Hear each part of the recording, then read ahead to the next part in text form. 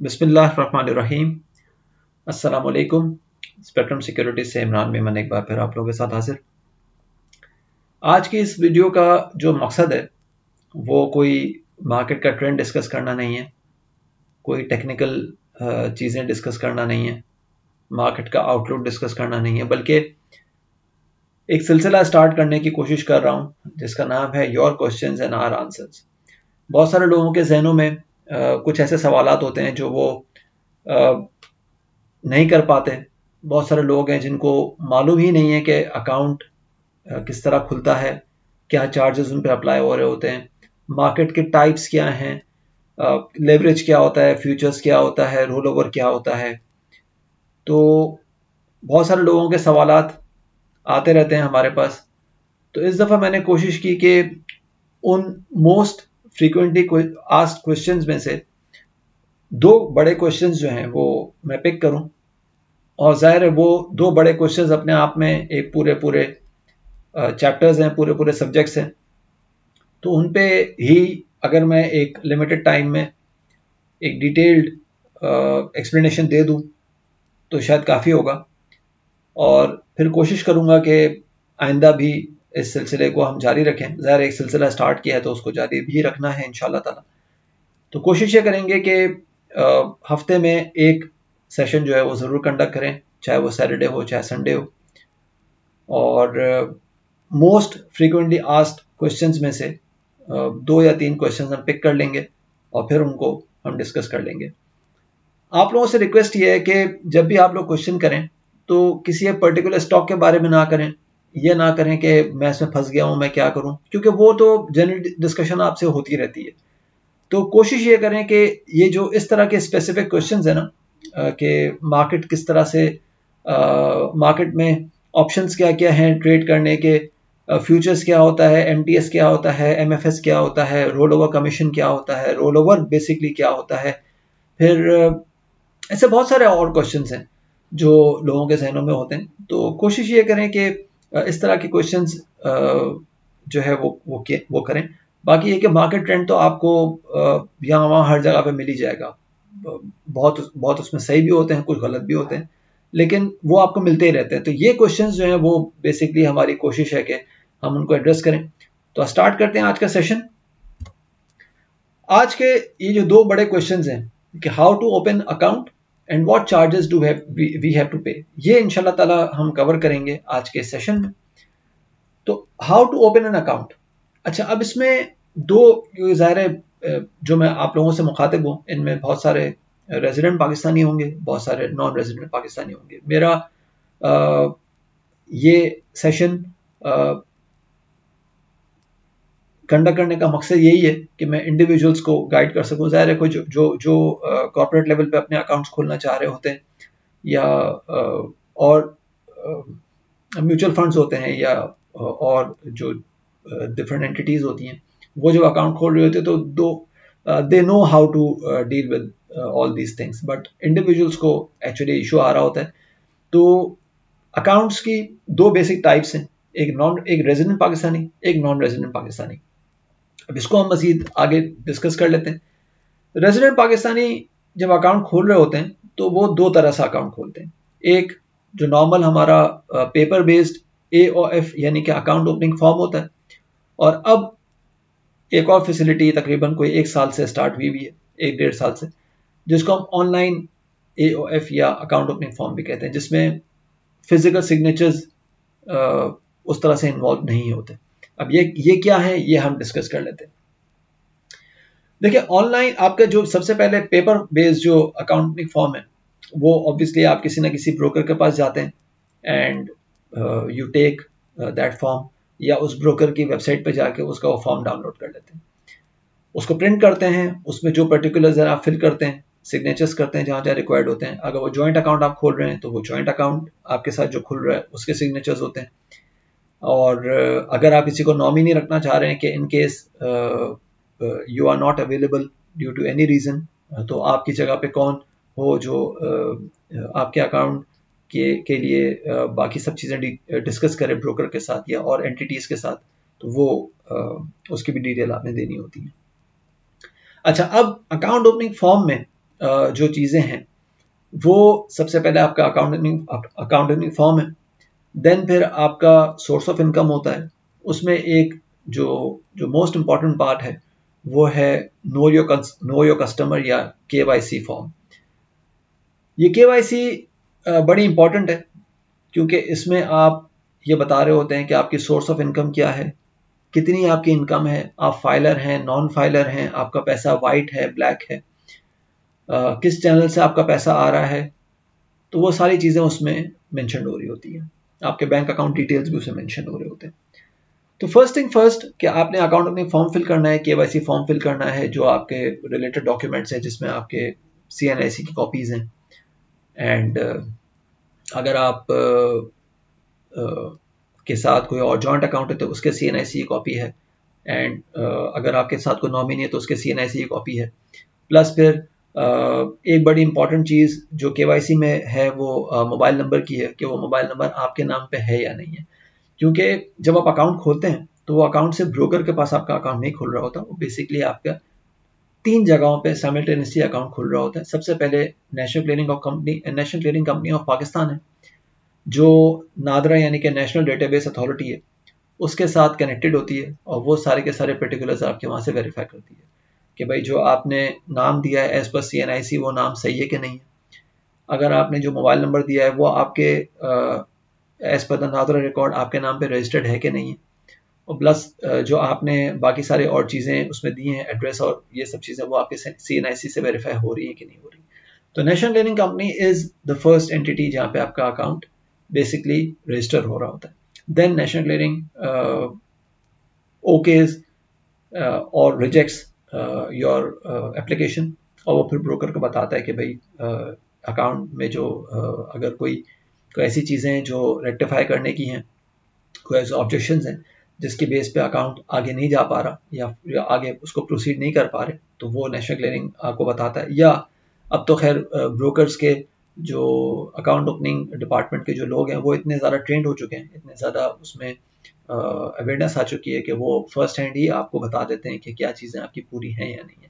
हाँ, अब ये आप पे डिपेंड करता है कि आप उसको कितनी इफेक्टिवली उन चीज़ों को पूरा करते हैं। बहुत सारे लोग होते हैं जो ये समझ रहे होते हैं कि हमने फॉर्म दे दिया, सीएनआईसी की कॉपी दे दी तो इट्स इनफ। नहीं, ऐसा नहीं है। आपको बहुत सारी चीज़ें जो है वो अब कंप्लाइंस के हिसाब से पूरी करनी है, क्योंकि जब से ये हम इंटरनेशनली एफएटीएफ के रडार पे हैं और जिस तरह से स्टेट बैंक ऑफ पाकिस्तान और security and exchange commission of Pakistan ने बहुत सारी चीज़ें इम्प्लीमेंट कर दी हैं regarding terrorist financing, regarding the accounts from grey channel, regarding the accounts with non recorded income. तो ये सब चीज़ें जो हैं वो बड़ी इंपॉर्टेंट हो गई हैं कि आपने वो पूरी करनी है। आप जितनी जल्दी उसको पूरा करेंगे, ब्रोकर उतनी जल्दी आपका अकाउंट जो है वो एक्टिव कर सकेगा। अदरवाइज देखें, एक सिंपल सी बात है कि एक ब्रोकर क्यों आपका अकाउंट जो है वो लेट करेगा। दैट ब्रोकर नीड्स कि आपकी ट्रेडिंग जो है वो जल्द से जल्द स्टार्ट हो सके, ताकि इनकम स्ट्रीम आपकी अगर जनरेट हो रही है तो ब्रोकर की भी आपकी कमीशन के थ्रू इनकम स्ट्रीम बढ़ रही है। तो ब्रोकर को जो है वो कोई तकलीफ नहीं होती आपका अकाउंट रोकने में। ब्रोकर को कोई तकलीफ नहीं होती, ब्रोकर को कोई खुशी नहीं होती आपका अकाउंट रोकने में, या कोई खुशी नहीं होती आपका अकाउंट रिजेक्ट करने में। अगर ब्रोकर कोई चीज़ें बता रहा है कि भाई ये अकाउंट आपका नहीं खुल पा रहा, तो उसके पीछे रीजन जो है बड़े वैलिड होते हैं। तो कोशिश करें कि उन रीजंस को जो है वो आप फुलफिल करें, उन रिक्वायरमेंट्स को फुलफिल करें। तो जब नेशनल क्लियरिंग अकाउंट ओके कर देता है तो देन ब्रोकर के पास वो अकाउंट रजिस्टर होता है, और फिर जब ब्रोकर वो अकाउंट रजिस्टर करता है तो फिर सेंट्रल डिपॉजिटरी कंपनी के साथ आपका अकाउंट टैग हो जाता है। सेंट्रल डिपॉजिटरी कंपनी बेसिकली आपके शेयर्स की एक कस्टोडियन है, क्योंकि अब फिजिकल शेयर्स तो होते नहीं हैं। जिस तरह से आप ये देख रहे होते हैं कि पैसा भी आप ऑनलाइन ट्रांसफ़र कर रहे होते हैं, ऑनलाइन बैंकिंग के थ्रू, बैंकिंग इंस्ट्रूमेंट के थ्रू, वो सिर्फ वायर ट्रांसफ़र हो रहा होता है। इस तरह से शेयर्स भी आप वायर ट्रांसफ़र के थ्रू ही या वायर चैनल के थ्रू ही आपके शेयर्स जो हैं वो कस्टोडियन के पास रह रहे होते हैं। तो सीडीसी सेंट्रल डिपॉजिटरी कंपनी जो है वो ब्रोकर के साथ आपका सब अकाउंट टैग करता है, और सब अकाउंट में आपके शेयर्स जो है वो रह रहे होते हैं। अब होता ये है कि जब वो सीडीसी भी आपको एक सीडीसी एक्सेस दे देता है, ताकि आप रियल टाइम बेसिस पे आप ये देख सकें कि आपके शेयर्स कब और कितने आपके अकाउंट में रहे हुए। तो ये तो बात हो गई एक ऑनलाइन पेपर एक account opening via paper account opening form. जो ऑनलाइन अकाउंट ओपनिंग फॉर्म है, इसमें भी एक छोटा सा मिसकॉन्सेप्ट है। वो मिसकॉन्सेप्शन ये है कि लोग ये समझ रहे होते हैं कि हमने जो नेशनल क्लीनिंग कंपनी ने एक फैसिलिटी दी है कि भाई वो account opening form online fill कर लें, उसमें कोई किसी किस्म के कुछ सिग्नेचर्स रिक्वायर्ड नहीं होते। तो उसमें सिग्नेचर्स तो रिक्वायर्ड नहीं होते, लेकिन केवाईसी जो नो योर कस्टमर रिक्वायरमेंट है, वो आपने पूरी पूरी वैसे ही फुलफिल करनी है। यानी कि आपका CNIC, आपका मोबाइल नंबर और बाकी जो चीज़ें रिक्वायर्ड हैं, वो आपने वैसी की वैसी ही देनी है। सिर्फ और सिर्फ फ़र्क ये है कि आपकी ऑनलाइन प्रेजेंस उसमें नहीं चाहिए होती। एंड जो फिजिकल बायोमेट्रिक की जो रिक्वायरमेंट है, यानी कि जो आपका थंब इम्प्रेशन है, जो पेपर वाले फॉर्म में चाहिए होता है, वो उसमें ख़त्म कर दिया गया है। क्योंकि अगर मिसाल है आप बैठे हुए हैं स्वात में और वहाँ पे किसी ब्रोकर की जो है वो अकाउंट ऑफिस नहीं है जहाँ पे आप जाके अकाउंट ओपनिंग फॉर्म फिल कर सकें, तो आप क्या करेंगे? उसमें फिर होता ये है कि आपने फॉर्म जो है वो ऑनलाइन फिल कर लिया, सारी चीज़ें ईमेल के थ्रू जमा करवा दी, तो आपका जो है वो थंब इम्प्रेशन या जो बायोमेट्रिक की रिक्वायरमेंट है वो ख़त्म हो जाती है। लेकिन चीज़ें जो हैं वो उसी तरह से आपको चाहिए होती हैं जिस तरह से एक नॉर्मली पेपर वाले फॉर्म में चाहिए होती हैं, वही आपको ऑनलाइन अकाउंट में चाहिए होती हैं। सिर्फ और सिर्फ फ़र्क ये है दोनों में कि आपकी फिजिकल प्रेजेंस उसमें नहीं चाहिए होती, या आपकी जो बायोमेट्रिक रिक्वायरमेंट है वो ख़त्म हो जाती है। बाकी each and everything is same. Online account opening form में बायोमेट्रिक की जगह जो वन टाइम पिन, जिसको हम OTP कहते हैं, वो जनरेट हो जाता है। जब आपका अकाउंट गुड टू गो होता है तो नेशनल क्लीयरिंग की तरफ से आपको एक SMS जनरेट होता है, एक OTP जनरेट होता है। वो उस OTP की जो लाइफ है वो शायद 24 या 48 आवर्स है, वो आप ब्रोकर से कंफर्म कर सकते हैं। मुझे अभी पूरी तरह याद नहीं है कि वो 24 आवर्स है या 48 आवर्स है, बहरहाल वो जो भी है, आपको उसके अंदर अंदर उसकी एक ब्रोकर को जो रिप्लाई करना होता है, और जब वो आप रिप्लाई करते हैं तो आपका अकाउंट जो है वो फिर गुड टू गो हो जाता है। तो ये दो बेसिक तरीक़ेकार हैं अकाउंट ओपनिंग फॉर्म के फॉर रेजिडेंट पाकिस्तानी। अब हम आते हैं नॉन रेजिडेंट पाकिस्तानी की तरफ। नॉन रेजिडेंट पाकिस्तानी के भी दो तरीके हैं। एक तो ये via online account opening form, या फिर रोशन डिजिटल। वैसे वो चाहे नॉन रेजिडेंट पाकिस्तानी तो वो पेपर वाला फॉर्म भी जो है वो फिल कर सकते हैं, लेकिन जाहिर है जब वो पेपर वाला फॉर्म फिल कर रहे हैं तो फिर उसमें होगा ये कि वो अपने पास अपने उस कंट्री ऑफ रेजिडेंस में वो फॉर्म डाउनलोड करेंगे, सिग्नेचर करेंगे, फिर उसको कोरियर करेंगे टू द ब्रोकर, तो फिर वो ज़ाहिर उसकी कॉस्ट लग रही होती है। फिर पता चला कि भाई वो उस फॉर्म में कोई मसला है, फिर वो फॉर्म जो है वो दोबारा ब्रोकर आपको कोरियर करेगा, तो वो कोरियर में पता चला टाइम और कॉस्ट जो है वो ज़ाया हो जाती है। तो इसलिए इसके लिए बेहतर है कि आप ऑनलाइन अकाउंट ओपनिंग फॉर्म या रोशन डिजिटल वाला प्लेटफॉर्म यूज़ करें। ऑनलाइन अकाउंट ओपनिंग फॉर्म वाला सेम वही सिनारियो है जो मैंने आपको बताया। सिर्फ इसमें एक और फ़र्क ये है कि चूंकि आप नॉन रेजिडेंट पाकिस्तानी हैं, तो आपको OTP जो है वो SMS के थ्रू जनरेट नहीं होगा। OTP आपका आपके जो रजिस्टर्ड ईमेल एड्रेस है उस पर जनरेट होगा। बाकी each and everything is same. Roshan digital platform में होता ये है कि गवर्नमेंट ऑफ पाकिस्तान ने रोशन डिजिटल एक इनिशिएटिव लिया जिसके थ्रू बाहर का पैसा जो है वो पाकिस्तान में आ रहा है, और उसमें कोई पूछगछ नहीं हो रही कि वो काला पैसा है या सफ़ेद पैसा है।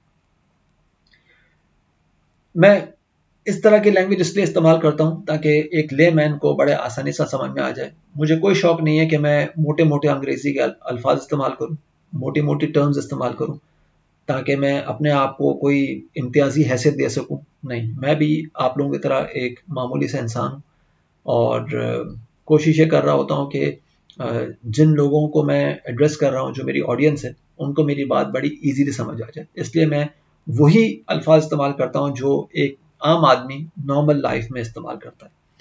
तो रोशन डिजिटल में जब आप अकाउंट ओपनिंग के लिए जाते हैं तो उसमें होता ये है कि सबसे पहले आपने जो भी आप जिस कंट्री में रह रहे हैं उस कंट्री के बैंक, लोकल बैंक के पास आपने जाना होगा। यानी कि ऐसा नहीं है कि अगर आप न्यूयॉर्क में रह रहे हैं तो आप बैंक ऑफ अमेरिका के पास चले गए, आप JP मोर्गन चेस के पास चले गए। नहीं, ऐसा नहीं है। आपने अमेरिका में रहते हुए पाकिस्तानी बैंक को अप्रोच करना होगा और पाकिस्तानी बैंक के पास जाके, चाहे वो आप ऑनलाइन फैसिलिटी के थ्रू जाएं या फिजिकल प्रेजेंस के थ्रू जाएं, ये आपकी चॉइस है। लेकिन आप जब पाकिस्तानी बैंक के पास जाते हैं तो आप ये बताते हैं कि मुझे रोशन डिजिटल अकाउंट खोलना है। अब वो बैंक आपसे पूछता है कि भाई रोशन डिजिटल जो आपने अकाउंट खोलना है, उस अकाउंट का पर्पस क्या है? क्या वो फिक्स इनकम है? क्या वो प्रॉपर्टी मार्केट है? या वो इक्विटी मार्केट है? जब आप इक्विटी मार्केट सिलेक्ट करते हैं तो फिर आपको जो है जो भी ब्रोकर्स रोशन डिजिटल प्लेटफॉर्म पे एलिजिबल हैं उनकी लिस्ट आपके सामने आ जाती है। अब आपने सेलेक्ट करना है स्पेक्ट्रम सिक्योरिटीज़। मिसाल दे रहा हूँ कि आपने जो है वो स्पेक्ट्रम सिक्योरिटीज़ सेलेक्ट किया उस बैंक के प्लेटफॉर्म पे जाके, तो स्पेक्ट्रम सिक्योरिटीज़ जो है वो उसको CDC यानी कि central depository company of Pakistan spectrum securities को वो सारी इंफॉर्मेशन जो आपने रोशन डिजिटल के प्लेटफॉर्म पे फिल की है फॉर अकाउंट ओपनिंग, क्योंकि ज़ाहिर है वो बैंक आपसे सारी डिटेल तो लेगा, तो वो सारी की सारी details central depository company spectrum securities के हवाले कर देगा कि भाई ये साहब जो हैं वो मिस्टर एक्स जो हैं वो आपके पास अकाउंट को ओपनिंग में इंटरेस्टेड है। तो फिर स्पेक्ट्रम सिक्योरिटीज़ की टीम जो है वो उस मिस्टर एक्स को, चाहे वो सेलफोन के थ्रू हो या वो ईमेल के थ्रू, उस पर्सन से कम्युनिकेशन स्टार्ट करेगी और उनको बताएगी कि भाई ये बेसिक इन्फॉर्मेशन तो आपने दे दी, लेकिन आपने जो बाकी KYC की चीज़ें हैं वो भी आप दे दें ताकि हम आपका अकाउंट जो है वो as soon as possible start कर सकें। हाँ, उसमें अकाउंट ओपनिंग फॉर्म की जो रिक्वायरमेंट है वो ऑब्वियसली ख़त्म हो गई, क्योंकि वो तो ऑलरेडी आपके जो भी आपका बैंक है वहाँ पे आपने वो चीज़ें फुलफिल कर दी। अब होगा ये कि जब वो आपका बेसिक KYC वगैरह हो गया तो वो अकाउंट आपका गुड टू गो हो जाता है। अब अकाउंट ओपनिंग के बाद जो दो चीज़ें हैं बड़ी इंपॉर्टेंट, वो ये है कि चाहे वो हम रेजिडेंट पाकिस्तानी के लिए बात कर रहे हों या नॉन रेजिडेंट पाकिस्तानी के लिए बात कर रहे हों, चाहे वो ऑनलाइन के लिए बात कर रहे हों, चाहे वो पेपर वाले फॉर्म के लिए बात कर रहे हों, आपने ज़हन में रखना है कि कैश डीलिंग ब्रोकर के साथ अलाउड नहीं है। मैं रिपीट कर रहा हूँ कि कैश डीलिंग ब्रोकर्स के साथ अलाउड नहीं है। दो के हर ब्रोकर के फॉर्म पे ये लिखा हुआ है कि as per the rules of stock exchange आप अप टू 25,000 रुपीज़ यानी कि पाकिस्तानी रुपीज़ में 25,000 आप कैश दे सकते हैं। लेकिन जब आप वो कैश देते हैं तो हर ब्रोकर को जब वो कैश रिसीव करता है तो हर ब्रोकर को ये बताना होता है कि मेरे इस पर्टिकुलर क्लाइंट ने 25,000 रुपीज़ तक का कैश जमा करवाया है और उसका रीज़न क्या है। वो रीज़न ब्रोकर क्लाइंट से पूछता है कि भाई आप क्यों जमा करवा रहे हैं, क्या आपका बैंकिंग चैनल काम नहीं कर रहा, क्या बैंकिंग चैनल आपके रीच में नहीं है, क्या वो छुट्टी का दिन है, क्या आपका ऑनलाइन काम नहीं कर रहा, जो भी रीज़न है वो आपका ब्रोकर आपसे पूछेगा और आप जो उसको रीज़न देंगे तो वो ब्रोकर स्टॉक एक्सचेंज को बताएगा और स्टॉक एक्सचेंज अपने रिकॉर्ड में ये सब चीज़ें रख रहा होता है कि भाई इस पर्टिकुलर क्लाइंट ने 25,000 रुपये कैश जमा करवाया है। तो इसलिए कोशिश करें कि 25,000 रुपये भी जमा ना करवाएं। आजकल ऑनलाइन बैंकिंग जो है वो आम हो चुकी है, इवन इजी पैसा फैसिलिटी भी आम हो चुकी है। तो कोशिश करें कि बैंकिंग इंस्ट्रूमेंट को ही जो है वो आपकी पेमेंट्स के लिए आप इस्तेमाल करें। और दूसरी बात ये कि जो आपका अपना अकाउंट है ना, जिस भी नाम पे है उस नाम से ही पेमेंट्स ब्रोकर एक्सेप्ट कर सकेगा और उसी नाम पे पेमेंट्स ब्रोकर आपको देगा। यानी कि जब आप कोई विड्रॉल मार्क करते हैं तो ब्रोकर आपको थर्ड पार्टी चेक इश्यू नहीं कर सकता। इसी तरह से आप भी कोई थर्ड पार्टी चेक ब्रोकर को इश्यू नहीं कर सकते। तो ये भी चीज़ बड़ी इंपॉर्टेंट है। जो मैंने दो चीज़ें बताई ना कि एक तो कैश डीलिंग अलाउड नहीं है, दूसरा थर्ड पार्टी चेक्स बिल्कुल अलाउड नहीं है। तो ये दोनों चीज़ें जो है वो बड़ी इंपॉर्टेंट है जो आपको जहन में रखनी है ताकि आपका अकाउंट सिक्योर रह सके। तो ये तो बात हो गई अकाउंट ओपनिंग की। आगे चलते हैं कि अब अकाउंट ओपन हो गया, आपकी ट्रेडिंग स्टार्ट हो रही है, आपने चार्जेस क्या पे करने हैं। 4 बड़े चार्जेस हैं कमीशन या ब्रोकरेज फी, रेगुलेटरी या एक्सचेंज फी, टैक्सेस और अदर्स। कमीशन जो आपका ब्रोकर, आप किसी भी फील्ड में चले जाएं, चाहे आप प्रॉपर्टी में जा रहे हैं या कार डीलिंग में जा रहे हैं या किसी भी और जगह पे जा रहे हैं, आपसे आपसे जो जो आपका ब्रोकर है, जो आपका डीलर है, वो आपसे एक सर्टेन कमीशन चार्ज करता है। यानी कि अगर आप गाड़ी लेने भी जाते हैं तो जिस जिस अमाउंट की भी गाड़ी आपने ली, उस कार डीलर को आपने उसकी एक सर्टेन फी पे करनी है कि भाई मैंने आपको गाड़ी दिलवा के दी।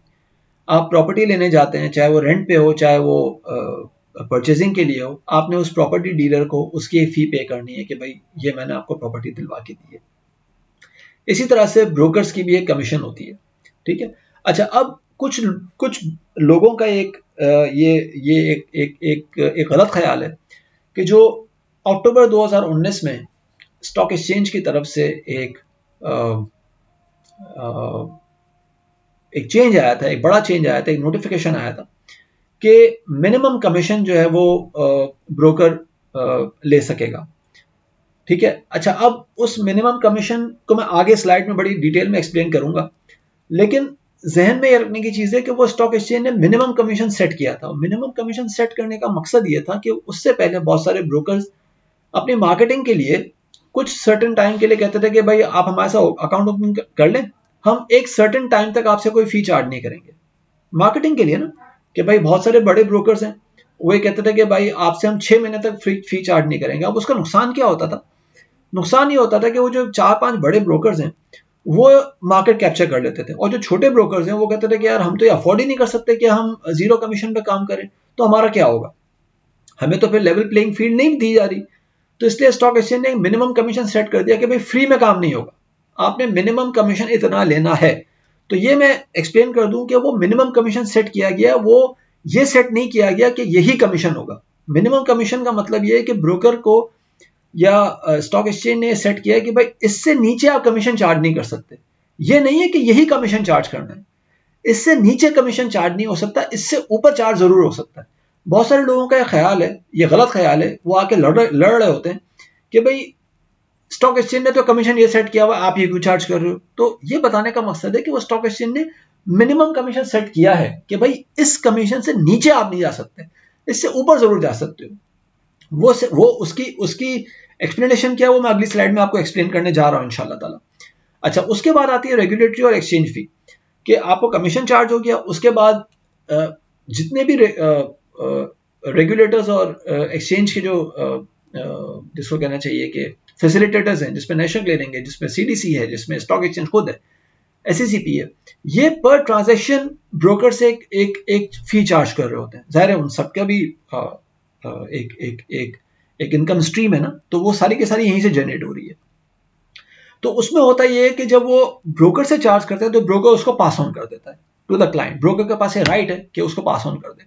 अब जब वो पास ऑन कर रहा है तो स्टॉक एक्सचेंज और एसईसीपी कहता है कि अगर आप उसको पास ऑन कर रहे हो तो आप अपना जो ब्रोकर नोट है जो क्लाइंट को आप डे एंड पे देते हो, या जो इनवॉइस है जिसमें आप बता रहे हो तो कि भाई आपने ये शेयर्स परचेज किए थे इस रेट पे, ये आपसे कमीशन लगा, ये आपको चार्जेस लगे, तो उस चार्जेस में आप रेगुलेटरी या एक्सचेंज फी का मेंशन करोगे कि ये वो कॉलम है, ये वो चार्ज है जो मैं आपसे ले रहा हूँ, जो मैंने आपको पास ऑन कर रहा हूँ, जो मुझ पर चार्ज हुआ है वो मैं आपको पास ऑन कर रहा हूँ।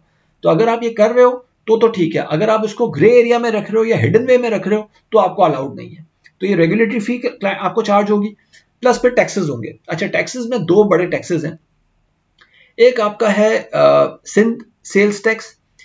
बहुत सारे ब्रोकर्स जो हैं वो अंडर क्योंकि जो ज़्यादातर ब्रोकर्स हैं वो कराची के हैं, तो जब वो कराची के हैं तो उसमें सिंध रेवेन्यू बोर्ड में वो रजिस्टर होते हैं, और सिंध रेवेन्यू बोर्ड ये कह रहा होता है कि भाई जो भी आपने कमीशन लिया ना उसका 13% आप हमें टैक्स देंगे। यानी कि अगर आपने एक क्लाइंट से आज के दिन 100 रुपये चार्ज किया तो 100 रुपये के ऊपर 13 रुपये आप हमें देंगे। तो जाहिर है जिस तरह से आप किसी रेस्टोरेंट में जाते हैं तो रेस्टोरेंट का एक बिल होता है, उसके नीचे उसका जीएसटी लगा हुआ होता है, वो जीएसटी आपने पे करना है। वो रेस्टोरेंट आपसे लेके जो रेवेन्यू बोर्ड है उसको फॉरवर्ड करता है, जो जो जो टैक्स कलेक्शन अथॉरिटी है उसको फॉरवर्ड करता है। इसी तरह से ब्रोकर को जो वो 13% जो चार्ज हो रहा है वो ब्रोकर क्लाइंट से लेता है, क्योंकि ज़ाहिर है ब्रोकर अपनी जेब से तो देगा नहीं, ब्रोकर क्लाइंट से लेता है और वो जो जो सेल्स टैक्स है वो टैक्स कलेक्टिंग अथॉरिटी को दे देता है। उसके बाद जनाब आता है सीजीटी, कैपिटल गेन टैक्स। अच्छा, कैपिटल गेन टैक्स जिस तरह से नाम है कि आपने जो कैपिटल गेन बनाया उस पर वो टैक्स लग रहा होता है। अच्छा, अब ये इसमें बड़ी कंफ्यूजन है कि एक तो कंफ्यूजन ये है कि कैपिटल गेन टैक्स हर महीने क्यों लग रहा होता है, और दूसरा ये कैपिटल गेन टैक्स है क्या। थोड़ा सा मैं एक्सप्लेन कर दूं कि जब आप कोई कैपिटल गेन बनाते हैं, मिसाल है आपने जनवरी में कोई चीज बाय की 100 रुपए पे और वो मई तक 130 रुपए हो गई, आपने वो 30 रुपए का गेन जो बनाया और आपके पास थे 10,000 शेयर, तो 30 रुपए के शेयर के ऊपर आपको मिले 3 लाख रुपए जो आपका नफा हुआ। अब ये 3 लाख रुपए रिकॉर्ड में उस वक्त तक आएंगे जब तक आपने 130 रुपए पे वो शेयर्स बेचे। जब तक आप नहीं बेचेंगे आपको कैपिटल गेन टैक्स नहीं लगेगा। ये बात ज़हन में रखने की है कि कैपिटल गेन टैक्स सिर्फ उस वक्त लगेगा जब आप वो पर्टिकुलर शेयर बेचेंगे। जब तक आप उसको नहीं बेच रहे आपको वो शेयर पे टैक्स नहीं लगेगा। अच्छा, अब आपने शेयर बेच दिए और पार्शियली बेच दिए। आपने वो कहा कि यार मैंने 10,000 शेयर मैंने लिए थे, 30 रुपए का नफा मुझे हो गया, तो मैं तो खाली 5,000 शेयर बेचूंगा, बाकी मैं होल्ड कर लूंगा। तो 5,000 के ऊपर 30 रुपए के हिसाब से आपको मिले 1.5 लाख रुपए। तो उस 1.5 लाख रुपए पे आपको, अगर आप फाइलर हैं तो 12%, 12.5%, और अगर आप नॉन फाइलर हैं तो 30%, ये आपको टैक्स लगेगा। अब ये टैक्स आप ये पूछते हैं कि भाई टैक्स मुझे हर महीने क्यों लग रहा है, या कैपिटल गेन टैक्स की इनवॉइस जो है मुझे हर महीने क्यों मिलती है, क्योंकि जो जो फाइनेंस बिल है वो तो कहता है कि भाई कैपिटल गेन टैक्स जो है वो साल के एंड पे लगेगा, यानी कि जून के एंड पे। अब उसमें मेरा जवाब ये है कि आपने जनवरी में बाइंग की, मई के महीने में आपने प्रॉफिट बुक कर लिया, और जनाब मई के महीने में प्रॉफिट बुक करने के बाद आपने ब्रोकर को कह दिया कि मेरा अकाउंट बंद कर दो, मैं चला। अब अगर आपने अपना सारा अकाउंट बंद कर दिया, आपने सारे पैसे निकाल लिए, विड्रॉ कर लिए, तो जुलाई में जब कैपिटल गेन टैक्स का टाइम आएगा तो ब्रोकर आपको कैसे ढूंढेगा, क्योंकि आपको तो अकाउंट ही बंद हो चुका है, या आपने पैसे विड्रॉ कर लिए। आपका अकाउंट बंद भी नहीं हुआ और आपने पैसे विड्रॉ कर लिए, तो broker can not follow you. अब वो ब्रोकर आपसे कह रहा है कि भाई मुझे पैसे दे दो, आपका टैक्स आ गया, आपका टैक्स आ गया, और आप जवाब ही नहीं दे रहे, तो ब्रोकर कैसे पे करेगा। ब्रोकर को तो पे करना ही है, या ब्रोकर को तो वो जो नेशनल क्लियरिंग कंपनी है ऑन बिहाफ ऑफ एफबीआर, वो तो नेशनल क्लियरिंग कंपनी जो है वो ब्रोकर को इनवॉइस जनरेट कर देगी कि भाई ये आप ये तो पे करना है आपने, और आप नहीं करेंगे तो आप डिफॉल्ट हो जाएंगे, क्योंकि इसका मतलब नेशनल क्लियरिंग कंपनी भी कहता है कि भाई हम क्लाइंट के पास तो नहीं जा रहे ना, हम उस इंडिविजुअल के पास तो नहीं जा रहे, हम तो चूंकि ब्रोकर आप हैं तो हमारे पास तो ये अथॉरिटी है कि हम आपसे वो पैसे ले लें। अब आप क्लाइंट से किस तरह से ले रहे हैं ये आपकी सवाबदीद है। तो उसमें होता यह है, इस रिस्क को मिटिगेट करने के लिए नेशनल क्लियरिंग कंपनी जो है वो प्रोविजनल बेस पे जो भी क्लाइंट्स के जो भी इन्वेस्टर्स के जो सोल्ड पोजीशंस होती हैं उनके ऊपर हर महीने एक टैक्स कैलकुलेट करता है, और वो टैक्स की इनवॉइस जनरेट कर देता है ब्रोकर को। यानी कि जनवरी का महीना खत्म हुआ तो फरवरी के फर्स्ट 2 वीक्स में वो इनवॉइस जनरेट हो जाएगी और ब्रोकर को कहा जाएगा कि भाई ये पैसे आप दे दें। अब वो ब्रोकर के पास क्लाइंट के पैसे पड़े हुए हैं, नहीं पड़े हुए, मतलब जब जब जब क्लाइंट जो है वो ब्रोकर को कहता है कि भाई मुझे तो पैसे विड्रॉ करने, तो ब्रोकर ये कर रहा होता है, बहुत सारे 90% ब्रोकर्स ने तो अब ये काम करना शुरू कर दिया कि वो ये कह रहे होते हैं कि सर आपने जो पैसा विड्रॉ करने की रिक्वेस्ट की है ना, हम इस कैपिटल गेन टैक्स की वजह से जो आने वाला है कुछ, क्योंकि सारे ब्रोकर के पास तो सारी डिटेल होती है क्लाइंट की कि उसने क्या काम किया और क्या नहीं किया, तो वो ब्रोकर उस क्लाइंट से कहता है कि सर मैं आपकी सर्टेन अमाउंट जो है वो फिलहाल रोक रहा हूँ। आपने मिसाल है 1.5 लाख रुपए की विड्रॉल मार्क की है, तो मैं 1.5 लाख की जगह आपको 1 लाख और 10,000 रुपए दे रहा हूँ, मैं 40,000 रुपए आपके रोक रहा हूँ कि इन केस अगर आपका कैपिटल गेन टैक्स आता है तो मैं उस अमाउंट में से उसको पे करके फिर जो आपकी नेट अमाउंट बचेगी आप मुझे बता दीजिएगा, मैं उसको विड्रॉ कर दूंगा।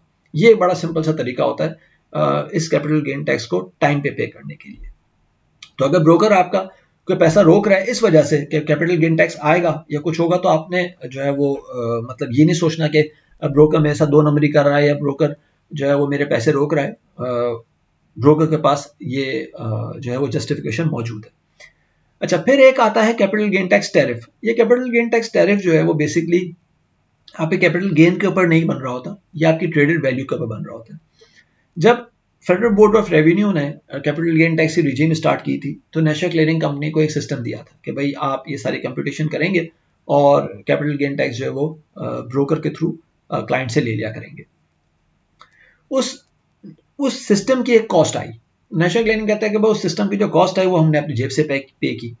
अब उस जेब से पे करने के बाद मतलब मेरे ख्याल से 12-14 साल हो गए, नेशनल क्लियरिंग अब तक ये कह रहा है कि हम उस कॉस्ट को कैपिटल गेन टैक्स टैरिफ की मद में पूरा कर रहे हैं। समझ नहीं आती बात कि भाई 12-14 साल हो गए अभी तक आपकी वो कॉस्ट ही पूरी नहीं हुई, लेकिन ठीक है वो नहीं हुई तो नहीं हुई, मतलब नेशनल क्लियरिंग के बाद जस्टिफिकेशन है कि हमारी वो कॉस्ट अभी तक पूरी नहीं हुई। तो वो कैपिटल गेन टैक्स टैरिफ जो है वो इस तरह लग रहा होता है कि वो एफबीआर का पूरा सिस्टम की एक कॉस्ट है, जो जाहिर है वो उन्होंने सिस्टम लिया था उस वक्त भी, या वो बाद में भी चल ही रहा है, मतलब वो नेशनल क्लियरिंग के मुताबिक वो फी चल ही रही होती है और एफबीआर के साथ वो ऊपर नीचे वो कहीं ना कहीं कॉस्टिंग चल रही होती है। तो नेशनल क्लियरिंग कहता है कि भाई वो कॉस्ट हमें पूरी करनी है। अब नेशनल क्लियरिंग कंपनी ये कहता है कि भाई depending on the traded value you have executed, not only not that कि आपको उस पर गेन हुआ कि नहीं हुआ, इररिस्पेक्टिव कि आपको उस पर गेन हुआ या लॉस हुआ, आपने 6 महीने में जितने रुपए की ट्रांजेक्शन की है ना, वो नेशनल क्लियरिंग के स्लैब्स बनाए हुए कि शायद मेरे ख्याल से 50,000 से लाख रुपए तक की जो ट्रांजेक्शन है उस पर 5,000 रुपए हैं, लाख से 5 लाख तक की ट्रांजेक्शन के ऊपर 10,000 रुपए हैं। इस तरह से वो स्लैब चलता रहता है आगे। वो आपका ब्रोकर आपको बेहतर तरीके से बता देगा। मेरे पास इस वक्त मुझे बाय हार्ट वो याद नहीं है, लेकिन आपकी सिर्फ नॉलेज के लिए बता रहा हूँ कि वो कैपिटल गेन टैक्स टैरिफ जो है वो 5,000 रुपए से 50,000 रुपए तक की अमाउंट बनती है, depending on the traded value you have executed, not that कि उस पर आपने गेन कितना किया। गेन के ऊपर तो कैपिटल गेन टैक्स लग गया ना, ये कैपिटल गेन टैक्स टैरिफ जो है वो आपकी एक्सिक्यूटेड वैल्यू के ऊपर लग रहा होता है, और हर 6 महीने बाद नेशनल क्लियरिंग ब्रोकर को एक इनवॉइस जनरेट कर देता है कि भाई ये इस पर्टिकुलर क्लाइंट के अगेंस्ट इस ट्रेडेड वैल्यू के अगेंस्ट वो पूरा रिकॉर्ड होता है, इस वैल्यू के अगेंस्ट ये कैपिटल गेन टैक्स टैरिफ बनाए, तो ये काइंडली आप हमें पे कर दें। तो वो भी ब्रोकर आपसे कलेक्ट करके नेशनल क्लियरिंग कंपनी को दे देता है। उसके बाद एक कॉलम है अदर्स। अदर्स में होता ये है कि भाई बहुत सारे ब्रोकर्स ये कह रहे होते हैं कि भाई हम आपको ऑनलाइन ट्रेडिंग फैसिलिटी प्रोवाइड कर रहे हैं, हम आपको ईमेल दे रहे हैं, हम आपको एसएमएस दे रहे हैं, हमारे जो है वो हम आपको कुरियर कर रहे हैं स्टेटमेंट्स ये वो, तो उसकी मद में ज़ाहिर है वो जो भी कॉस्ट है वो अपनी जेब से तो देंगे नहीं, ये तो सारी की सारी वो रेगुलेटरी रिक्वायरमेंट है, इसमें हमारी तो कोई इनकम है नहीं, तो ये हम आपसे कवर अप कर रहे होते हैं। तो ये भी अगेन स्टॉक एक्सचेंज या एसईसी पे कह रहा होता है कि अगर आप क्लाइंट से ये ले रहे हो तो you should first inform the client के भाई मैं आपसे ले रहा हूँ, और कोई हिडन कॉस्ट नहीं होनी चाहिए, हिडन चार्जेस किसी किस्म के नहीं होने चाहिए। आप क्लाइंट को बता रहे हैं कि भाई मैं आपसे ले रहा हूँ, and the client if the client is willing to pay तो ठीक है, अदरवाइज माफ कीजिएगा, if the client is not willing to pay तो फिर आप उससे वो पैसे नहीं ले सकते। तो ये बेसिकली वो था। हाँ, अब ये मैं थोड़ा सा एक्सप्लेन कर दूं आपको कि ये जो कमीशन फी जो सेट किया हुआ है वो क्या है। देखिए, जो कमीशन रेट अक्टूबर 2019 में सेट किया गया था वो 0.15% ऑफ द वैल्यू या 3 पैसा पर share whichever is higher. यानी कि स्टॉक एक्सचेंज ने कहा कि जो भी शेयर वैल्यू ट्रेड हो रहा है उस पर 0.15% आप कैलकुलेट करें। अगर वो 3 पैसा बन गया तो ठीक है, 3 पैसा नहीं बना तो 3 पैसा ही चार्ज होगा, यानी कि 3 पैसा तो लेना ही लेना है आपने, ठीक है, चाहे वो 0.15% की एम्बिट में 0.15% की कैलकुलेशन के हिसाब से उस स्लॉट में फॉल कर रहा है या नहीं कर रहा, 3 पैसा तो आपने लेना ही लेना है।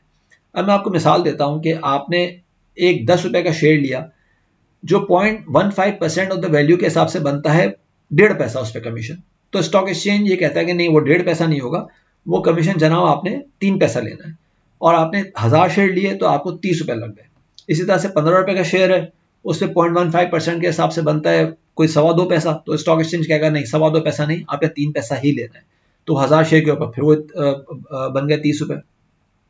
हाँ, अब ये हो गया कि भाई 25 रुपए का शेयर है, तो 25 रुपए के शेयर के हिसाब से 0.15% वैल्यू बनती है उसकी 3 पैसा और 75 यानी कि 3.25 पैसे, तो 3.25 पैसे आपको लग जाएंगे क्योंकि वो 3 पैसे के स्लॉट से ऊपर चले गए, तो 1000 शेयर के ऊपर आपको 37 रुपए 50 पैसे लग जाएंगे। ये आपको इसी तरह से 100 रुपए तक का मैंने आपको एग्जाम्पल दी हुई है, फिर आप माशाल्लाह हर कोई इतनी मैथ्स को जानता है कि फिर आगे वो अपने हिसाब से वो खुद ही देख सके कि मैं मुझे कमीशन जो है वो क्या लगेगा।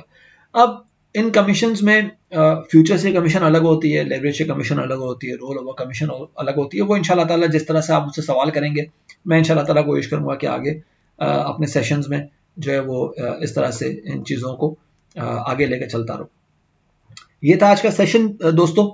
उम्मीद करता हूँ कि इस छोटे से सेशन में अपनी जितनी मेरी एक नाकिस नॉलेज है इन 27 सालों में जो मैंने गेन किया वो आपके साथ शेयर कर सकूं। दुआ में याद रखिएगा, अपनी राय से ज़रूर आगाह कीजिएगा, और नेक्स्ट टाइम इंशाल्लाह ताला आपके मज़ीद सवालों के जवाब देने के लिए इमरान मेमन फिर हाजिर होगा। तब तक के लिए अल्लाह हाफिज़, बहुत शुक्रिया, थैंक यू।